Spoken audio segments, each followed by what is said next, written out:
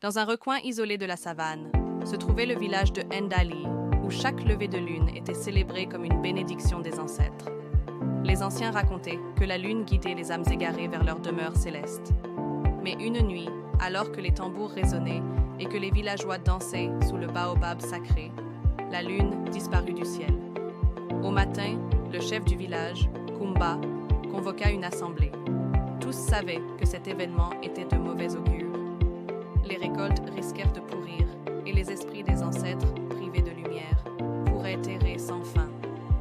Mais ce qui troubla davantage Kumba fut le rêve qu'il fit cette nuit-là. Une femme voilée, dont les yeux brillaient comme des étoiles, lui parla. Celui qui retrouvera la lune est né sous l'arbre où l'ombre ne tombe jamais. Nul ne comprenait cette énigme, sauf Awa, une jeune orpheline élevée par la guérisseuse du village. Elle se souvenait que sa mère, avant de mourir, lui avait montré un vieil arbre dont les feuilles ne projetaient jamais d'ombre.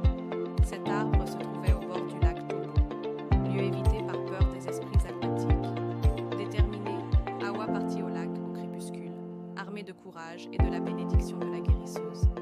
En approchant du lac, elle vit une lumière trembler à la surface de l'eau. Au centre du lac flottait une petite sphère lumineuse. C'était la lune égarée, emprisonnée par le serpent sacré, gardien des secrets du lac. Awa, les larmes aux yeux, s'adressa au serpent. Grand gardien, pourquoi retiens-tu la lumière dont nous avons tant besoin? Le serpent, à la surprise d'Awa, répondit. Depuis des générations, votre peuple prend du lac sans jamais offrir en retour. La lune est ma vengeance. Awa comprit que seul un acte de grande générosité pourrait apaiser l'esprit du serpent. Elle plongea ses mains dans l'eau et offrit l'unique bijou de sa mère, une bague en or qu'elle portait toujours à son cou. La lumière s'intensifia et la lune s'éleva lentement dans le ciel. Quand Awa retourna au village, la lune brillait de nouveau et une pluie douce tomba sur les champs assoiffés. Kumba, en voyant cela, proclama « Awa est née sous l'arbre, l'ombre ne tombe jamais.